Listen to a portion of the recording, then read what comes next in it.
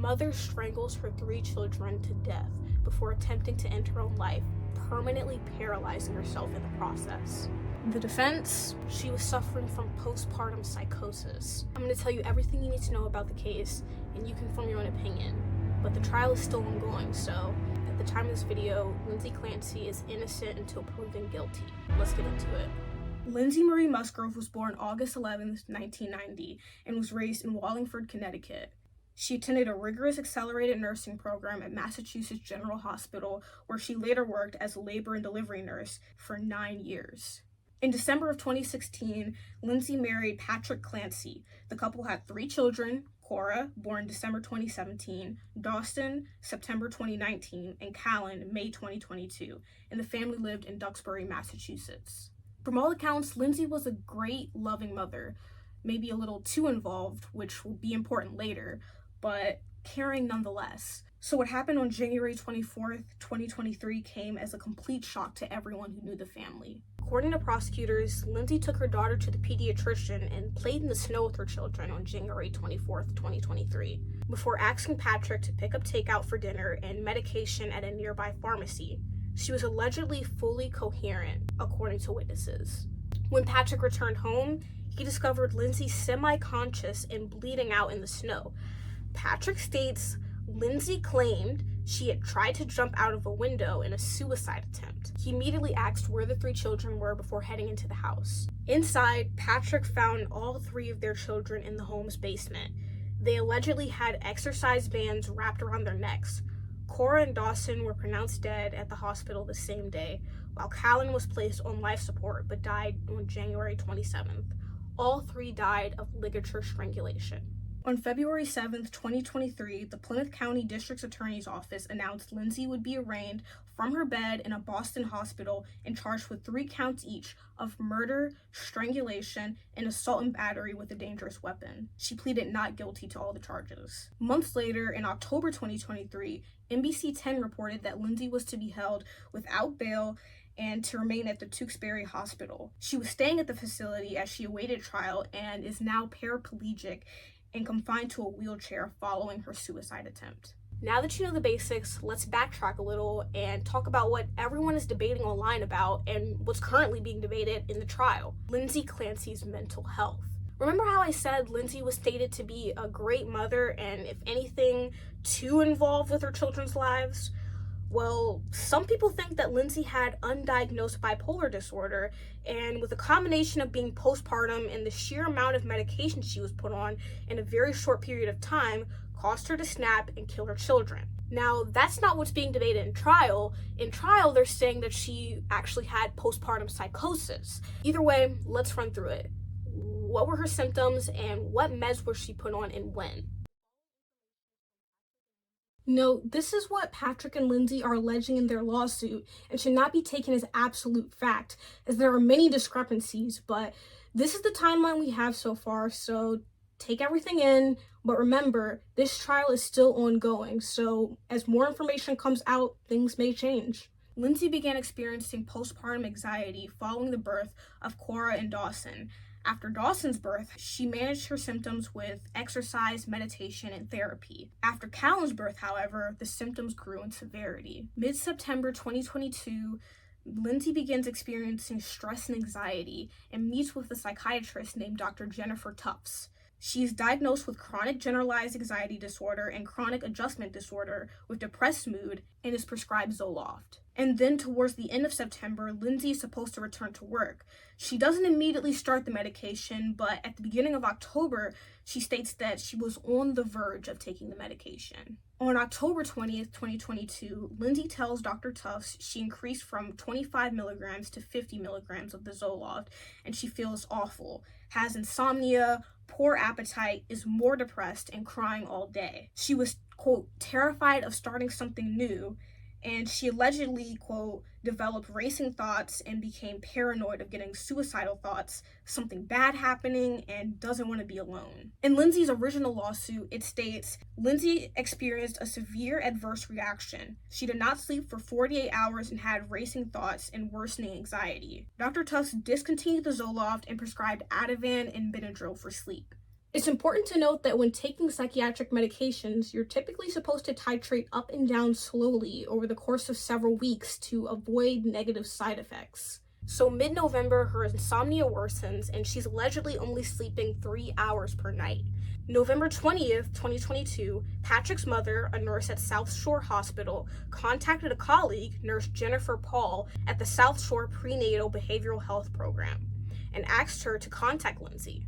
Lindsay tells Nurse Paul she's very frustrated, scared, and overwhelmed, having racing thoughts, constantly thinking, having extreme insomnia, and sleeping 3 hours per night. The next day, despite the fact that Lindsay was describing symptoms suggestive of mania, racing thoughts, extreme insomnia, frustration, and feeling scared, Nurse Paul wrote a prescription for Prozac, 10 milligrams. And it's important to note, they're not currently suing Nurse Paul, so I don't know what's going on with that. After 4 days on Prozac, though, her insomnia worsened and she discontinued it. Nurse Paul prescribes 3 different meds: Ambien, Remeron, and Klonopin. The meds did not help with sleep. On November 29th, Lindsay begins treating with Nurse Paul's colleague, Nurse Gelada. Per Patrick's original lawsuit, Lindsay tells Nurse Gelada she's getting physically dependent on benzos to sleep. She's completely overwhelmed. Her mind is constantly running. Per Lindsay's original lawsuit, Nurse Gelada correctly assumes bipolar disorder and prescribes Seroquel. Remember, this is what they're alleging in their lawsuit against the nurse and the psychiatrist. However, after starting Seroquel, her condition, quote, took a dramatic turn for the worse. She developed suicidal ideation and began experiencing what she described as intrusive thoughts, which they allege were actually auditory hallucinations. The voice said, "I will not be the same. I want to die." December 1st, 2022, Lindsay reported her intrusive thoughts to Dr. Tufts, quote, thoughts of harming herself and of harming her children.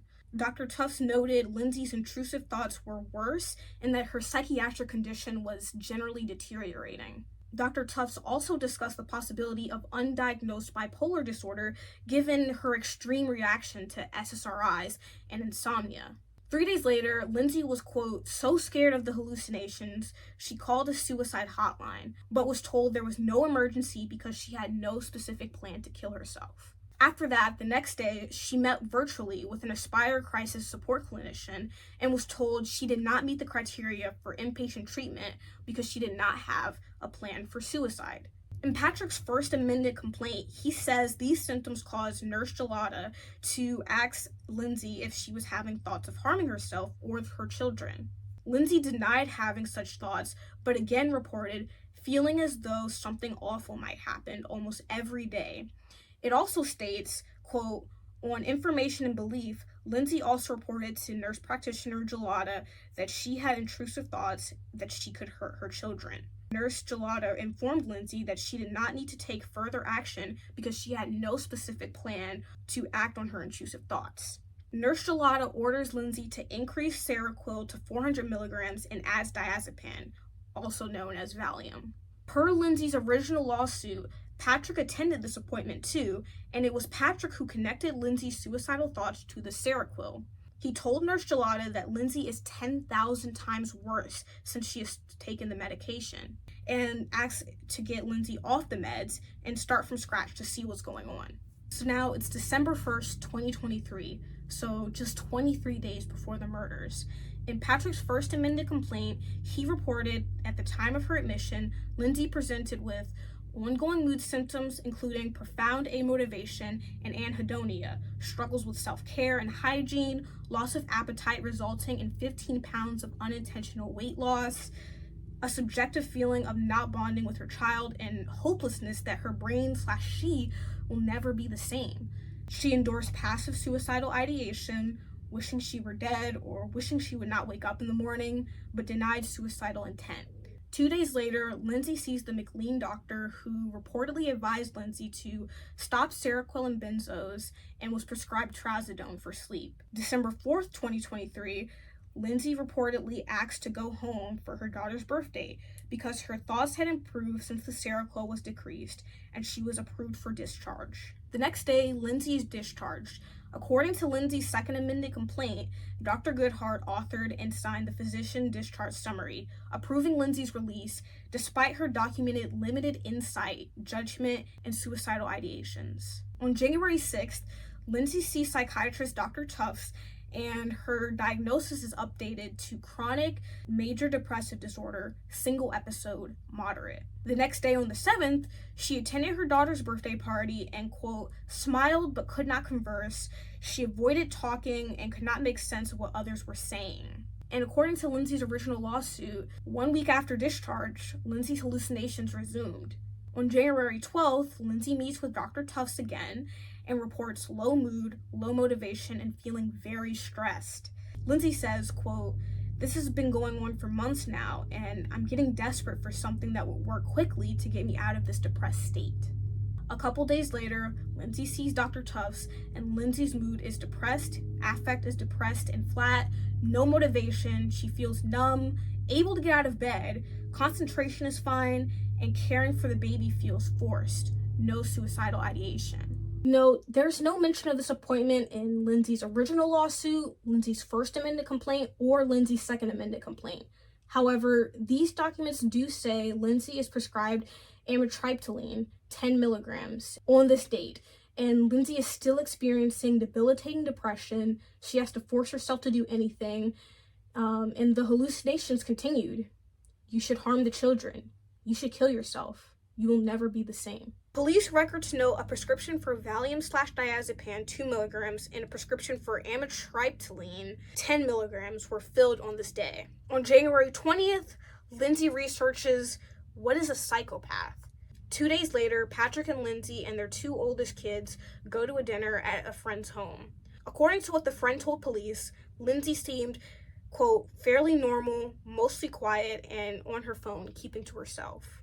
On January 23rd, 2023, just 1 day before the murders, Lindsay had an appointment with Dr. Tufts, who noted Lindsay was a little more anxious, her heart is racing, mood is flat/anxious, she has no motivation, feeling numb, has to force herself up, and notably, her insight is described as poor. Per Lindsay's original lawsuit, Dr. Tufts increases the amitriptyline to 20 milligrams, and she did not sleep at all that night. The very next day, Lindsay would strangle her 3 children to death and try and take her own life, paralyzing herself in the process. Over the course of those 4 months, in my opinion, Lindsay was grossly overmedicated. She was prescribed at least 12 medications over the course of those 4 months, which is not at all the norm. Most of those medications take weeks to start working and weeks to be weaned off of, so immediately that stands out to me if she's starting and stopping medications like that, not slowly titrating up and down. Another thing that stands out is the fact that Lindsay was clearly unwell and was seeking help for her issues, which does support the claim that she was mentally unwell at the time of the murders. Whether or not it was postpartum psychosis is what's currently being debated online and in court. But it's not like she killed her kids and just decided to plead insanity. There's a clear history of mental illness before the murders, so it all comes down to, can Lindsay Clancy be held criminally responsible for the murders? It's not whether or not she's guilty or innocent, it's can she be held responsible for the murders of her 3 children? Now, given everything I've shared here, I think Lindsay was failed by the mental health system. But I also think that someone needs to be held responsible, as 3 young children are no longer alive. I'll leave it up to the courts to decide whether or not she can be held responsible. What do you think? Do you think Lindsay should be held criminally responsible? Do you think she's faking it? Do you think Patrick has something to do with it? That's something I've been seeing a lot. I am not going to sit here and play detective. I've seen a lot of people speculate online that Patrick is not as innocent as we would like to assume. If there's anything else I didn't mention, please feel free to discuss, and I'll see you guys in the next one. Peace.